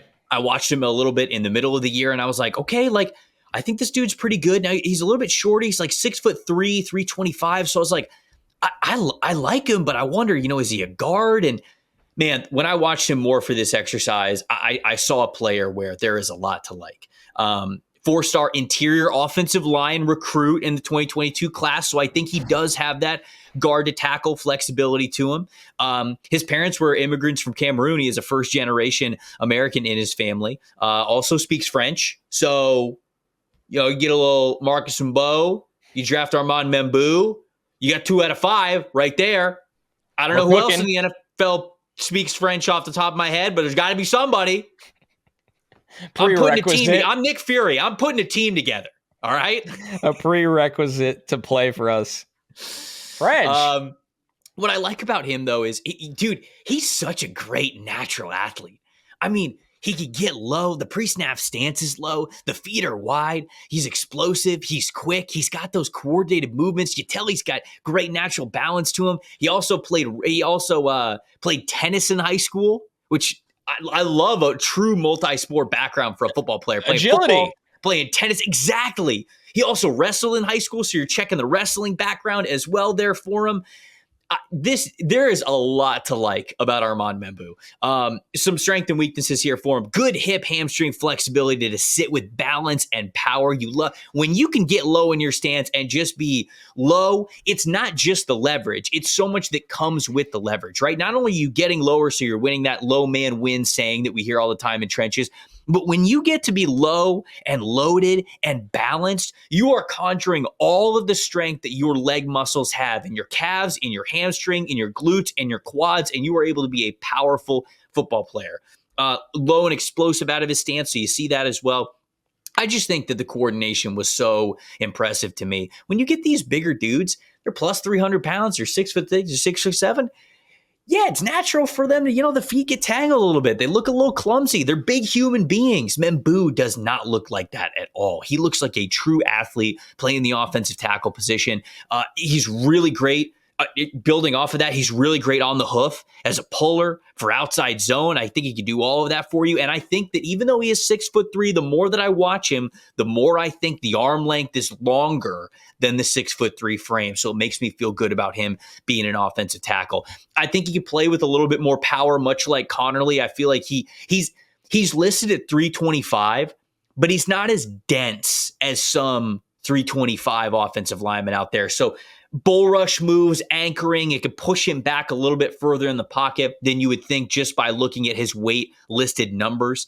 And so to me, I think a little bit more power, a little bit more density could go a long way for him. And then I just love to see a little bit more of a finisher's mentality. Let's play a little bit more nasty. Let's maintain the block. Let's keep a guy blocked outside of the play the whole time. And there's sometimes when I'm not saying that, he's not a passionate football player, not saying that at all whatsoever, but there are times when I felt like I watched him, have a block and then he kind of just like lets go a little bit early. And it's like, man, when you got this guy locked on, I want him to be locked on until you hear 3, toots of the whistle or whatever. And the referee is saying, all right, the play's over. So I'd like to see a little bit more of a finisher's mentality there for 3 what's of the whistle? Toots of the whistle. You're tooting the whistle. That's good. What am I supposed to say? I don't know. Yeah, it's better than saying blows. Yeah, right. After the ref's giving us 3 blows. God, I made it through the whole podcast without a pause. Now we're 120 into it, and here we go. He's making me say it. I had to come up with some absolute shenanigans. Man, the refs, they're tooting that thing. Nope, sorry. That was sorry. Nope. We went the wrong way. Oh, God. End the show. So, yeah, Membou, I got him at number 4. Lots of really natural athlete for his size. And a guy who I think could be a starting caliber offensive tackle or offensive guard in the NFL. My early comp for him, guy I really liked when he was coming out, Matthew Bergeron, who played offensive tackle when he was at Syracuse. Now he's playing guard for the Atlanta Falcons, but somebody who I thought was very similar. Great footwork, great natural athlete. And he's coming along still at guard for the Falcons, but I think he's doing a pretty good job. So those two guys with that guard tackle flexibility, I think I see them pretty similar, but Membou might be an even better football player. Yeah, I have him tackle 1 in this draft. And I'll say, like, him and Conerly, it was really tough to separate them with how much I like them. I felt like it was just flipping back and forth. But I think he's every bit of a tackle, even though he has an insanely unorthodox build for a tackle. He does. I mean, you're not going to see a ton of NFL tackles necessarily with this build, but he's strong, he's athletic, he's smart, he's got a dense lower half. It's an explosive lower half. He gets out of the gate in the zone run game. He lands on his assignments. He uses his leverage as a weapon. It's so funny to watch him toss lighter stand-up edge rushers when Missouri is, their zone-heavy run game. He just throws them. I thought what stood out to me, the tape against South Carolina, against that high-level defensive line, I thought this guy played his ass off. Yep. Like he seemed to have all the answers that game. And I was blown away. He arguably has the best tape in 2024 of any offensive lineman. And that's counting Will Campbell, who has obviously a massive resume coming off 2023. I want to be fair. But I just think much like Conerly, Membou's movement skills give him such an advantage in pass protection. But man, it's just everything. The base is strong. Like, unlike Conerly, the base is strong to me. I think he's got a really strong lower half. He, like Conerly, is young. He turns 21 a month before the draft. These are young offensive linemen that are getting bigger and stronger and smarter and more technically sound. And I kind of walked away from this exercise after watching those two. And I liked Conerly this summer. I had him tackle 4. So it's not like I put the crown on this guy. I just saw the runway for him to take off. I didn't watch Membou this summer. I walked away and said, this tackle class is better than people, including myself, like better than I thought. I think it's better than we thought, but it's different names than we thought. That's why. I'm looking at exactly. Some guys I had high hopes for from the summer kind of stalled out. Some guys I think are better at guard. And then Conerly actually took the runway I hoped for. Membou, in my opinion, I just didn't get eyes on this summer. And the tape this year, I can't explain how good it is. It's good in every single, it's not like this is a strength, this is weakness. He really checked the box in almost every category where, God, if he was just 6'5.5" on paper, and I had it already written down that he's got 35-inch arms or 34.5-inch arms, you'd be like, what are we waiting for? This guy's going to go in the top 10 picks. Yeah. So, and I honestly think he might. I really do. I look at the needs for offensive line with the Saints and the Bears. I don't know how you watch Membou's tape and you don't think, hey, this guy won't make our offensive line a lot better. Well, there's another player for the Bears that I'm going to get to in a second here. Yeah, but I agree with you on that one. Where did you have Josh Simmons from Ohio State? I had him at 4. Okay, so I have him tackle 2 in this class. And honestly, like it's the classic, man, if he played a full season, he could have been tackle 1 in this draft. Simmons is my guy. I mean, I remember going back to summer scouting. I think I had him at tackle 5, maybe tackle 4. Like I was really impressed by the potential that he was playing with at Ohio State last year, even though it was still a little bit inconsistent. I just watched this guy and how he set up and how good of an athlete he was and how quickly his feet moved and how well he was always able to keep his feet underneath him, how balanced he was able to stay. And that only got better this past season at Ohio State as their left tackle once again. So he's 6'5", 310 pounds. And unfortunately, he suffered a torn ACL 5 games into the season. I believe it was in that 6th game against Oregon that he got hurt. And so we didn't get to see a ton from him, but he comes from San Diego State, committed to San Diego State out of high school. He was a 3-star recruit, redshirted his first year there, and then he started all 13 games at right tackle in 2022 before transferring to Ohio State.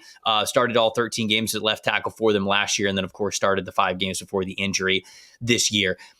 There's so much to like about Simmons. And for the exact reasons why I like Armand Membou are the same reasons why I like Josh Simmons. Yeah. And it really just kind of comes down to a little bit of a pick your flavor, but I like these guys very similarly. And I even think that Simmons can play with a little bit more power. And the little X factors about why I have him higher are, I'm not worried about this guy's finisher's mentality. I'm not worried about him maintaining blocks. He does that all the time. But dude, I saw, this from Brandon Thorne. He had this comp, and I loved it. It's the Christian Darrisaw comp. And nice. I don't quite think that's a heavy crown. So I don't quite think that Simmons is as powerful as Christian Darrisaw is, but go watch Christian Darrisaw's film and then go watch Josh Simmons film. Both of them are so low and spread out and loaded before the snap.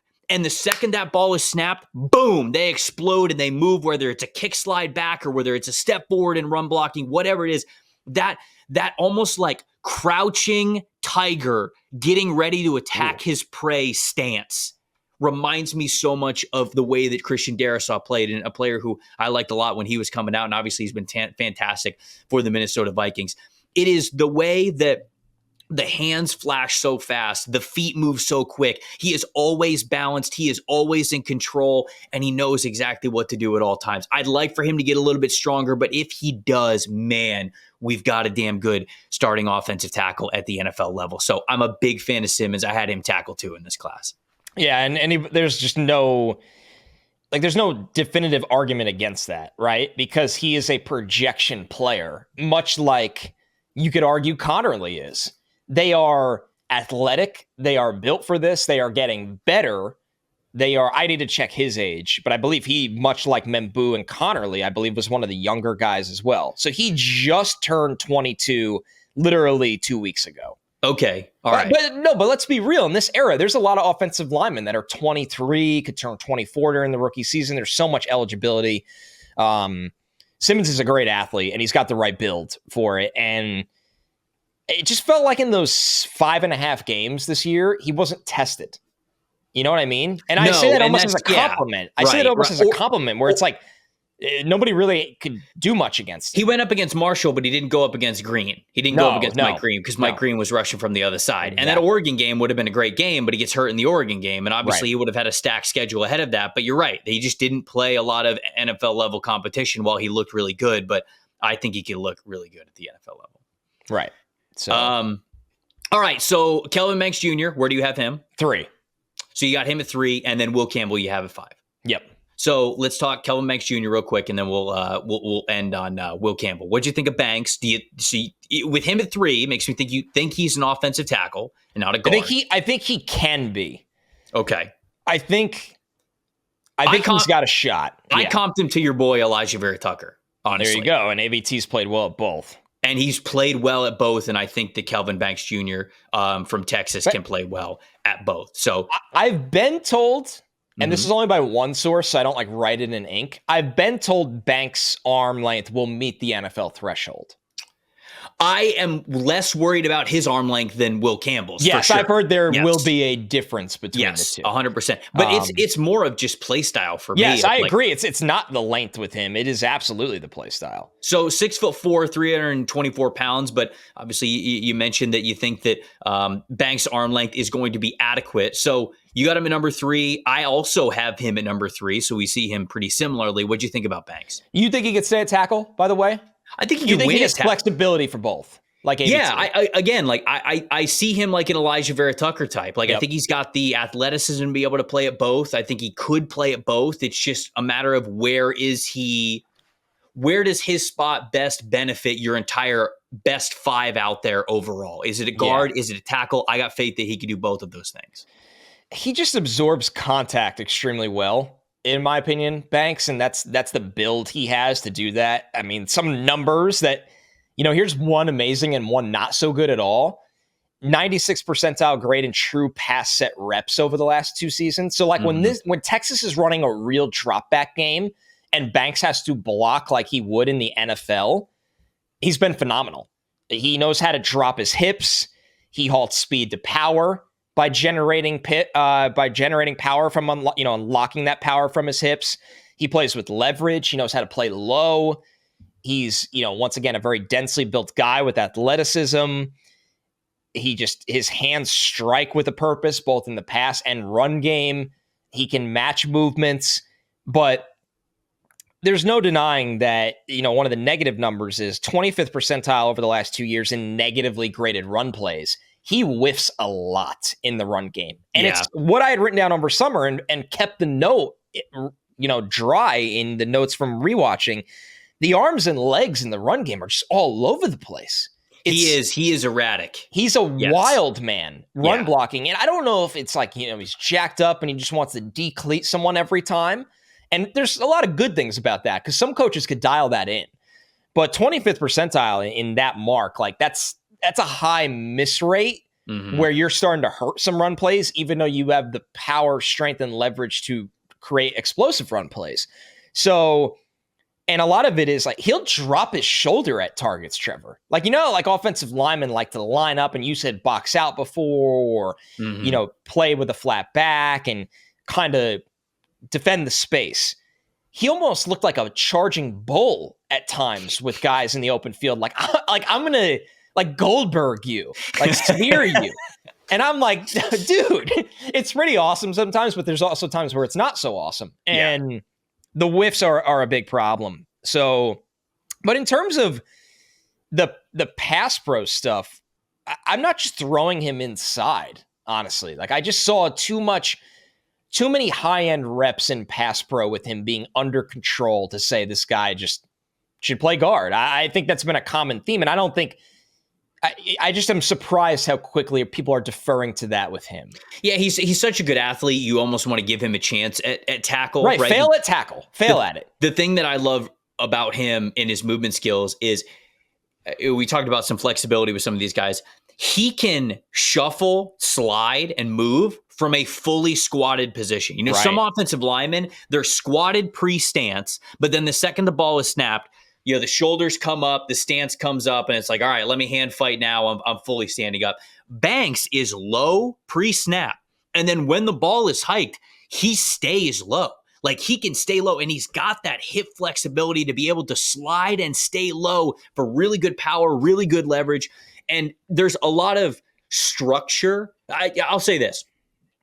Banks has got great bones as a pass rusher, as a pass protector. Yep. They talk about that with like a house, like, oh, you gotta fix up some things, you gotta improve some things, but the bones are good.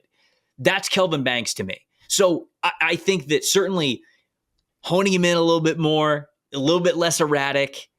You don't want to teach that passion out of him, but a little bit less erratic, a little bit more controlled in how he moves. And I do think that he can be an offensive tackle for you. I really do, because I think the movement skills are pretty special. But I'd love to see him sustain blocks a little bit more, not just go for the kill shot, right? Be somebody who's a little bit more focused in being able to do that and seeing how valuable that is as much as a big time block is. But all that is there for him, man. I think he's got the bones of such a good just offensive lineman overall at the NFL level. But I wonder if some of those erratic tendencies from him, if they don't go away at tackle, then when you have those at offensive tackle, you don't really have help. Sometimes you're on an island. Right. If you're a little bit erratic on the interior, you got help.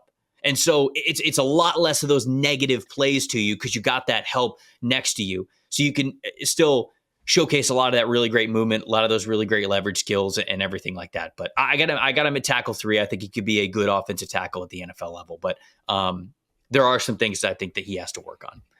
Last guy that we're talking about here is LSU's Will Campbell. I have him 1 still, and you have him at 5. I think we're probably going to have the same conversation. I think so too. A little bit strange. I don't want people to, all right, don't screenshot the screen and just be like, whoa, Connor's a hater. I would appreciate everybody giving like full context here, not just tweeting out the rankings to social media, because I like Will Campbell a lot.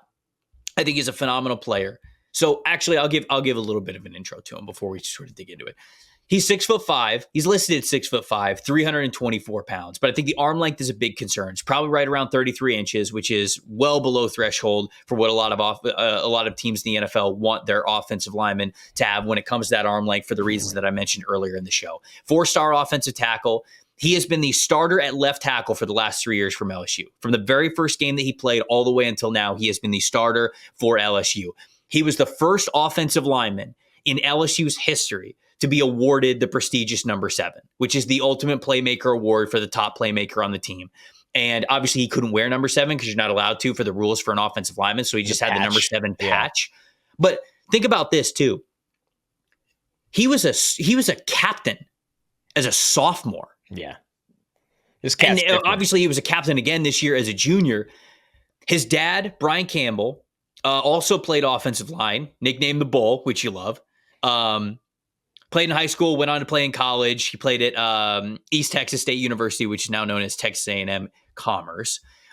So he's got the background there with his dad playing a little offensive line at the at the college football level. But if you've also listened to Will Campbell talk at all, you absolutely. Oh, yeah. I mean, he is an offensive lineman's offensive lineman. He understands what it takes to be great at this position. My favorite part about Will Campbell is that he is only a true junior, but it's like he has been starting in the NFL for 4 or 5 years. He is making call outs at the line of scrimmage as the left tackle about where the blitz is coming from. He's communicating with his center, his quarterback, and his running back behind him about sometimes where the blitzes are coming from. You watch him pre-snap, you see exactly where his eyes are going. You see that head turn, you see, okay, there's a threat here, there's a threat here, there's a threat here. I'm going to prioritize this one first, this one second, and I don't think this guy's coming, but he's third if he ends up doing it. When the ball is snapped, the eye goes exactly where it needs to go. If there's some sort of pressure that could be coming from the interior, you can see that's where his eyes goes first, because he goes, if I don't block this guy first, that's the quickest path of the quarterback. So that's my number one assignment no matter what. And then he says there was a play that I was watching. I cannot remember which game it was, but he's playing offensive tackle, and it's a situation where there is an outside pass rusher, and he literally turns around and he says to the running back, he points to him and he goes, "This guy's coming. You have to, if he comes, I'm going to take the guy that's probably right in front of me because I'm going to have to because we're slide protectioning to the right." And instead, the ball gets hiked and the running back goes the opposite direction because there's another rusher coming in. He ends up getting picked up by the guard. Campbell takes the interior guy, and unfortunately, the free rusher ends up getting to Garrett Nussmeier. But it's one of those things where it's like, Will Campbell knew that. Yep. He knew exactly where it was coming from. He tried to say, prioritize this player. We got it over here. We're sliding the protection to the right. Look at this guy on the left. He is so smart. The grip strength is fantastic. The finishing ability is fantastic. The foot speed is excellent. Now, he doesn't have the best flexibility in his groin for those long kick slides to try to make up for some lack of height and length in his limbs. But the feet are very, very quick. The hands are up. They're poised. He can not only punch, but he can also reset his hands incredibly quick. He doesn't fall for bait. When he gets his hands on you, they are locked in like vice grips. Connor, to me, this is the player that the Chicago Bears need to pick at number 10. And the reason why is because I think he could play in the NFL at tackle. I think he could play at guard. And I'd actually love to see what he could be as center. Again, this high football IQ. Think about the Bears. You might be losing Tevin Jenkins because, all right, maybe you're not bringing him back because of the injury stuff that we've talked about on the Fix Your Franchise episode with the Bears. Matt Pryor's a free agent. Coleman Shelton's been disappointing. You got the offensive tackles, and you feel decently good about those offensive tackles. Will Campbell's got some issues with him. Same thing we said with Mbow. Pad level is high, naturally very high in the pre-snap, and so I'm a little bit worried about him getting all the way down and playing low as a center. But if he can get some of that flexibility and if he can play a center, dude, this guy is a field general on the offensive line. He would raise the floor and the ceiling of the Bears offensive line specifically so much higher if he gets to play right in the middle, call things out, recognize things, have the chemistry with the quarterback, understand where the protections need to slide from. This dude would be, in my opinion, an all-pro center if he can get that flexibility worked out. To me, there's so much to like about Will Campbell. I love how he approaches the game. My little bottom line about him before I let you go off here. Campbell is an O-lineman's O-lineman. He approaches the position with excellent respect for what it takes to be great in the trenches. Fundamentals, high IQ, competitive toughness. He has some length and flexibility limitations that might push him inside to the NFL. Yeah. But this is a starting caliber player at all 5 spots on the offensive line. It's just a matter of finding where he fits best. That's what I think about Will Campbell. I honestly do think we see him pretty closely. I think we just disagree. If I was drafting him, I wouldn't be that interested in playing him at tackle unless I had to. Like it was an emergency situation. I'd be incredibly excited to add him to my offensive line. This could change, but I don't know if it will. My final rankings when we do this tackle show again probably won't have him. On the flip side, my final rankings on the interior offensive line rankings, it would be shocking to me if he's not number 1. Mm-hmm. I genuinely think he's the best offensive lineman in this draft. But I, at the same time, am not as confident that tackle is his best landing spot at the NFL level. He's a sawed-off shotgun, right? In close quarters, you're done. Like, you're doomed. He's got you. He's strong. He's tough. He's smart. He understands where to kind of unlock his strength from, using his hands, finishing plays, playing through the whistle. When he's on an island at left tackle with a lot of space, there's times where he doesn't have the length to protect the outside shoulder. There's times where guys can cross his face when the gates open a little bit. And it's not just, it wasn't like one rep. I thought it was a little bit of an issue a couple of times this year. I mean, I talked about Membou against South Carolina, how blown away I was.